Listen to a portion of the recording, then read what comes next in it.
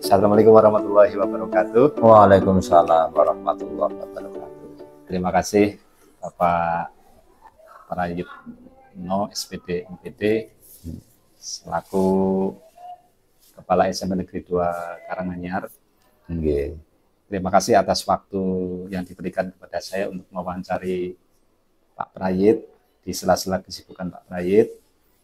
Nah, di sini sebagai pemenuhan tugas dari program guru penggerak sesi demonstrasi kontekstual modul 3.1 yaitu mewawancari pimpinan institusi atau instansi satuan pendidikan yaitu kepala sekolah terkait dengan penyelesaian kasus yang mungkin dihadapi di sekolah yang Pak Prayit pimpin baik di sini maupun yang sebelumnya di tempat lain, di sekolah lain. Nah, ini kan ada kasus-kasus yang kesannya dilematis, Pak. Iya, iya, artinya betul. Jika diambil keputusan itu seolah-olah akibatnya itu agak bertentangan, sama-sama ini sebenarnya tidak salah, tetapi sama-sama benar.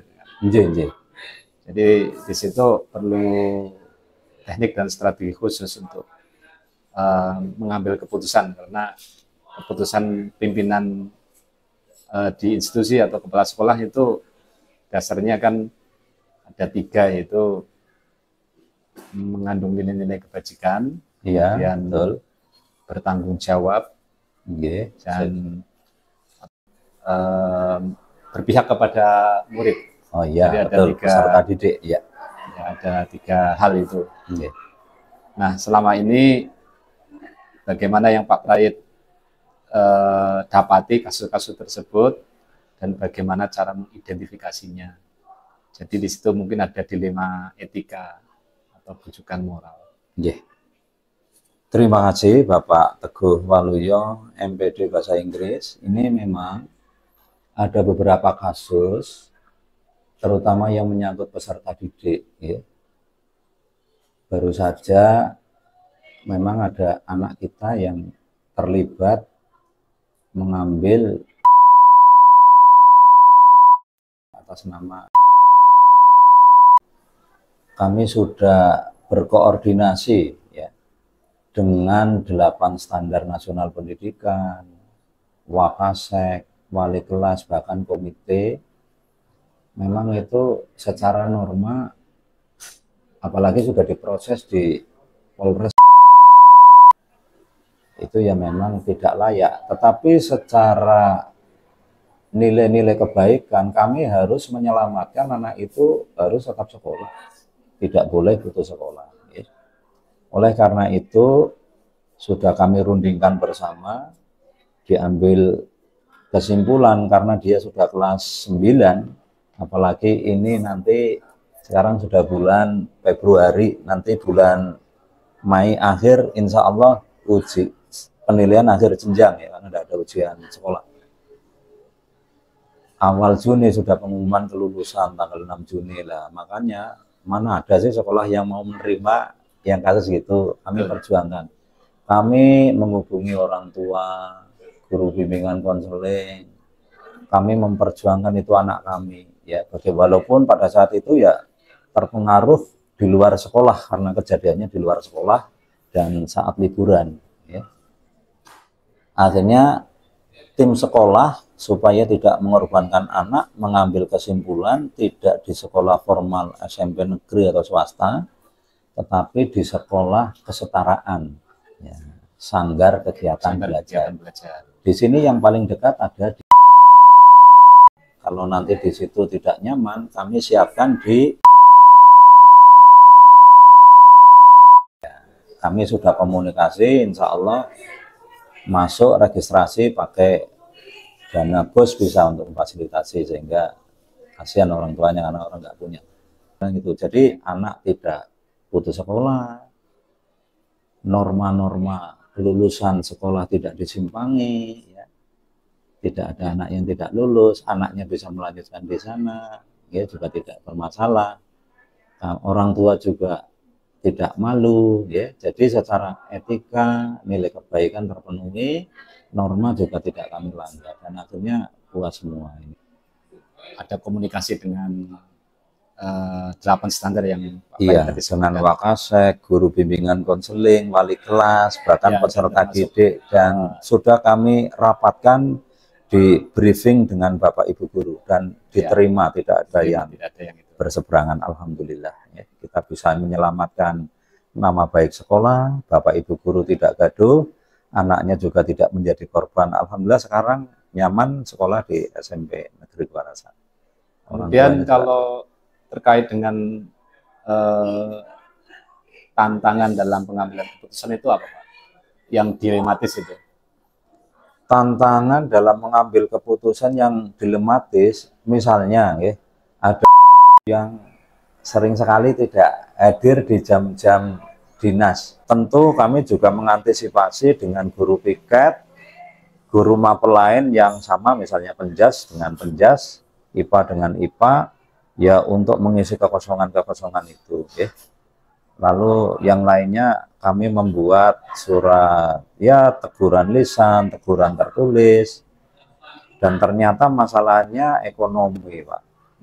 Ketika masalahnya ekonomi, pernah kami fasilitasi supaya terbebas dari pihak-pihak lain, ya kita satu pintu saja sama dengan bendahara ya, dengan akhirnya yang tadinya pendapatannya minus, sekarang pendapatannya ada. Mengundang tantangan bagaimana cara menyelesaikannya sehingga itu tetap dalam track nilai-nilai kebajikan ya Pak ya? Iya, selain nilai kebajikan ya jangan sampai norma-norma kedinasan hukum itu disimbang.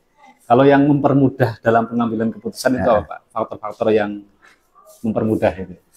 Sesulit apapun, sepanjang kita masih menghadapi kasus itu dengan bahasa yang santun, perlakuan yang layak, ngewong ke wong, win-win solusi, jangan sampai ada pihak yang dirugikan, insya Allah hati nuraninya juga terketuk. Ya.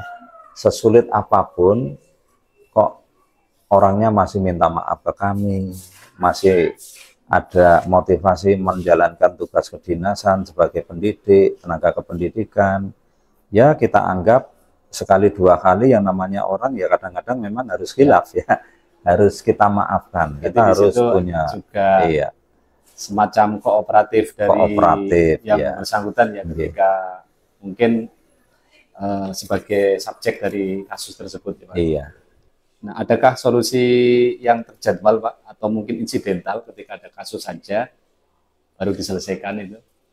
Tidak, kami melakukan setiap minggu sekali, kami melakukan briefing setelah upacara bendera pengibaran, lalu doa bersama dikandung maksud mengingatkan kembali kita sebagai ASN, P3K, PNS ya harus menjalankan tugas pokok sambil checking pendekatan ya personal, siapa yang hadir, siapa yang berhalangan hadir. Lalu kalau memang ada masalah ya kita upayakan diselesaikan secepatnya. Kalau itu, Pak. Iya preventif ya, jangan sampai itu ya. Sebab mereka juga menyadari ketika ini masalahnya tidak selesai di level satuan pendidikan, akan diambil alih oleh dinas melalui pengawas, Bapak Kepala Bidang SMP. Nanti di sana lebih keras lagi ya. Lebih keras lagi. Nah, di sana hitam putih, benar-benar salah-salah, lalu ada resikonya. Kalau resiko hukum kan nanti TPG-nya, tunjangannya, gajinya kan itu. Atau bahkan diberi sanksi yaitu dinonaktifkan atau dimutasi, nanti malah tambah runyam lagi. Gitu. Baiklah Pak, untuk hal yang bisa saya garis bawahi dalam penyelesaian kasus dilematis itu ada semacam apa namanya ya, koordinasi dari stakeholder yang terkait. Kalau itu di sekolah ya ada guru PK, ada wali kelas, ada 8 standar, Wakasek dan komite sekolah, standar dan komite sekolah sebagai unsur dari perwakilan masyarakat. Dan untuk kasus-kasus yang kemungkinan bisa muncul itu bisa diantisipasi dalam waktu yang terjadwal ketika briefing, mungkin di situ. Iya, belum betul. Menjadi sebuah kasus yang lebih besar sudah bisa diantisipasi di situ. Jadi sudah ada jadwalnya di situ. Jadi, biasanya, terima kasih. Biasanya ketika briefing kasus-kasus kecil yang menyangkut kedisiplinan, kehadiran, kurang motivasian dalam belajar peserta didik itu disampaikan oleh Bapak Ibu wali kelas, guru pembimbing yang terkait, sehingga kepala sekolah punya referensi yang cukup untuk mengambil tindakan, solusi. Tapi kalau untuk wakasek, pendidik, tenaga kependidikan, memang ini kepala sekolah bertanggung jawab langsung. Di setiap hari harus berinteraksi, berkomunikasi, sehingga kalau ada masalah-masalah segera itu kita tidak menunggu, tapi kita menjemput bola. Tapi alhamdulillah ini 2 tahun selama bertugas di sini, alhamdulillah kondusif. Ada beberapa guru yang naik pangkat, menjalankan tugas dengan sebaik-baiknya, mengikuti PPG lancar, ini memuaskan, maka mereka termotivasi. Untuk baiklah Pak, terima kasih atas perbincangannya di siang hari ini. Ini menjadi pembelajaran bagi saya dari apa yang disampaikan oleh Pak Praid selaku kepala sekolah. Banyak sekali hal-hal yang ternyata di situ merupakan sebuah solusi yang mempunyai nilai-nilai kebajikan, berpihak pada murid dan bertanggung jawab. Terima kasih sekali lagi atas waktu yang diberikan kepada saya, atas kesibukan-kesibukan atau di sela-sela kesibukan Pak Praid. Assalamualaikum warahmatullahi wabarakatuh. Waalaikumsalam warahmatullahi wabarakatuh. Terima kasih. Sukses sebagai guru.